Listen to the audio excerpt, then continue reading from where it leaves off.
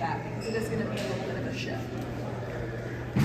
Boy, day to day, to me, the words that you use, particularly self, those are kind of foundational things, and as much as anything, they have to just be emphasized, and you have to have an awareness about those all the time. And then the day-to-day things, you can ask yourself, are we staying true to this? Are we doing this? Is this who we want to be? Is this the identity? So, we're going to practice. That sounds like a really obvious statement, but I think it's really important as you're developing, habits. That takes time. You don't develop a habit unless you do it, and you got to do it in practice in order to help you do it in the game. I think the development work that we want our guys to do, over the course of the season. It's easy to think, okay, it's the summertime, now I'm going to work on something and get better. Well, there's a long time. This season's a long season, we all know. So how can we continue to get better individually, during the course of the season? And that player development component, I think, on a day-to-day level is something that's really important. So the consistency, sometimes when things become mundane, we have to try to be creative to kind of reinvigorate. But maybe the common theme through all that is this league in this regular season, it's about dealing with adversity. Like, it's coming, and I'll start keeping a list of all the different ways so I can answer the question better. But I know they're out there, and I've lived them, and so is this group of guys. Whether it's losing a few in a row, or how you manage those moments and those times, I think is essential, and to not allow your focus to change when adversity hits. That doesn't mean you don't do other things, but the foundational things I think you have to stay committed to, no matter what what the external, what's going on externally. Yeah.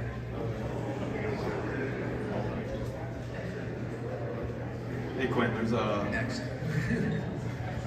There's a stretch early in the season where we'll play 10 to 12 games on the road. So I'm curious, what do you do as a coach to help keep focused mentally and physically when a team is on a long road trip like that? I don't want to sound like I'm avoiding what you're asking. I think every trip is a little different, even the way it's structured. You're going to handle a back-to-back on the road differently than you'll handle, 2 days off. It may be a situation where, your team, you feel fatigue start to set in. We'll have a blackout day, we call it, when all the lights are off and you're not in the gym. And guys need to just go do what they want to do, go to dinner, hang out, stay in your hotel room. And sometimes you need that. Other times you may need to get in the gym. Other times you might need to watch film. There's rest. There's so many different things you're trying to balance. And the road kind of accentuates everything. It dramatizes different things, but that can also be an opportunity, and I think, going through road trips, you hear a lot sometimes, hey, we went through this road trip and it kind of brought our team together.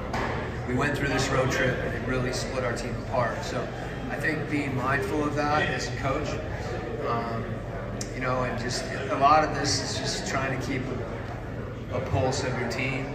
And you may not have all the answers. You certainly don't have them ahead of time. I haven't really given you any good ones, right? Maybe a day off. But I think if you think about those things, you figure out, how can we impact, how can we help, how can we facilitate, how can we stay together, how can we get better. Hey Coach, talk about selflessness. You added 2 14-year veterans to the roster, Patty Mills and Wesley Matthews. What does that mean to the team? Well, those guys, that's how they've played that's what they've demonstrated throughout their career. Both of them. These are pros. And, if there's something that, veteran leadership can really be impactful, particularly when that leadership is grounded in that type of experience. They've been on teams that have won. They know what a winning team looks like. they know what a connected team looks like, and those are things I think both Patty and Wes, they're giving people. They want to share. They're not. So when someone knows that's great, but when they're also willing to share that and understanding how to do it. There's ways to communicate with people. And every player's a little different, and those two guys have different styles. But I think it's not like that's all we want from them. We've got a group right now that we're trying to figure out a lot of things about our whole team, and how we're going to fit together in an objective way on the court. But the qualities that that they bring, and they'll figure out how to be impactful in those ways. It's not like you expect Wes and Patty to stand up and say, "Hey, here's how it's going to be, guys." But they'll understand what we're trying to accomplish, and that they're not the only ones. They're the ones that have lived it the most, and probably the relationships they have within the team, individually. It can be something as simple as just a guy coming out of the game, or how you thought about this. Hey, let's go to lunch. Whatever those things are. I'm excited to have both those guys in our program. Oh yeah, Coach. This time you talk a lot about leadership and setting a foundation and everything. I want to know how Trey and DJ fit into your plans as far as not just setting a foundation, but as you said, growth isn't linear for young guys. Yeah. So how do you balance? How would you describe the process of empowering them as leaders, but doing your own thing as far as leadership? Those two, you just you reiterated, I think, what I've talked about with the two of them. That it's natural to evaluate players and the team at the end of the season, and in this case, it involves people evaluating those two guys together. And I think that process, although we talked about kind of recalibrating some things. Every year is really a new year. That process for those two guys is going to be ongoing. It's not going to. We're going to have a chance to evaluate the team, evaluate them, evaluate me after a month, and then it'll happen again after 2 months, and it might look different. At the third month than it did the first month. Hopefully, it looks better. But that's what I want us to stay focused on. This process, those guys growing together. Two young players, how can they make one another better? How can they make the team better? That's the leadership that they can really provide that's more subtle. It's less about kind of what you might say. It's what you might do, how you might play, and what you might say. And I think you have to, think about any relationship in our lives, it takes time. And usually in those relationships that are really, the relationships that are most important to you have probably been the most challenging. Those are the ones you've probably had, you go through things together, whatever those things are. But they also, from that, provides you the opportunity for growth and depth. And that's when those relationships, and that's when teams, and that's when players, it gets even more real. And it gets even stronger. And so I'm aware of that. I want them to be aware of that. I want all of us to be aware of that. That when you build something that's good, it's not easy. And if you can embrace that and work through that, then you can do it. Hey, Coach, how big is the addition of Coach Bray? I mean, straight from 2 decades at Notre Dame, prestigious program, straight to your staff. How did that come about as well? You guys have probably heard me talk about my staff. It was a focal point for me in the time when I was out, as you're kind of trying to figure out.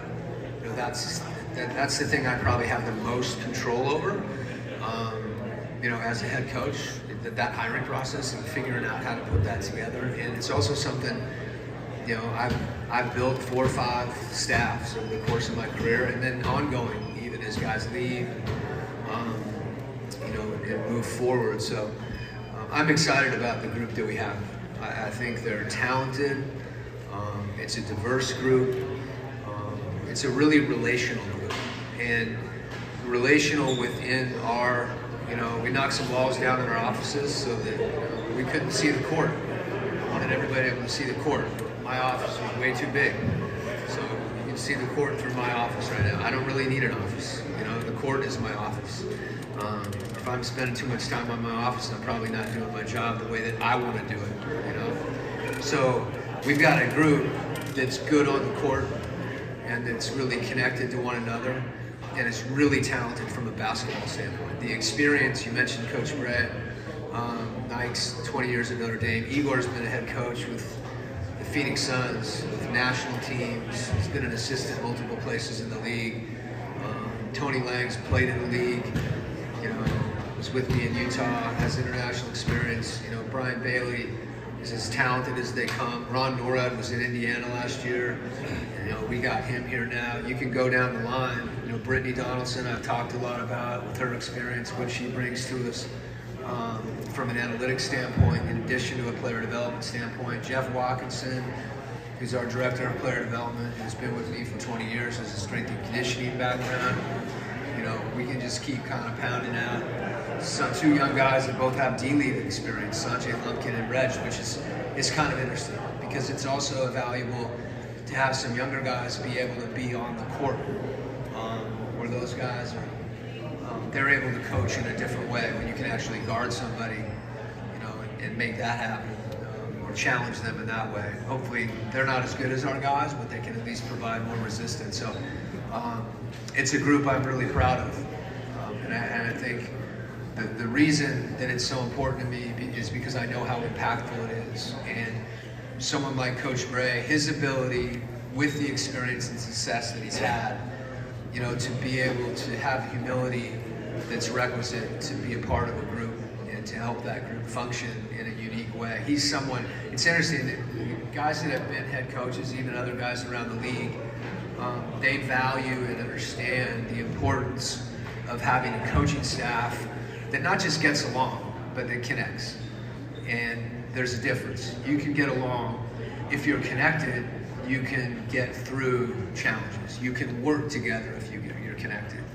If you're connected, you've put the staff and the team in front of yourself. That's what that means to me. And that's what I want our players to feel. And if we can have that from our coaches, that's what Epe Udo was as a player for me in Utah. He that's who he was. So, and that's who he's going to be, as a coach. Steve Glide, was the one guy that, Ettore Messina in Milan was nice enough to let him come work with me last year. He was the one guy that I brought with me.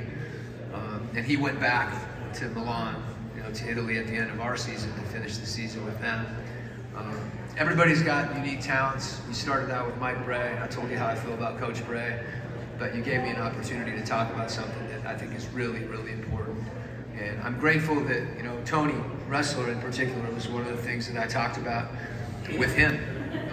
We didn't hit a ton of things, but the ones we hit were super important to me. And I've been, empowered to do that. And I think it's huge for our team and where we want to go and foundationally just as a program. Hey, Quinn,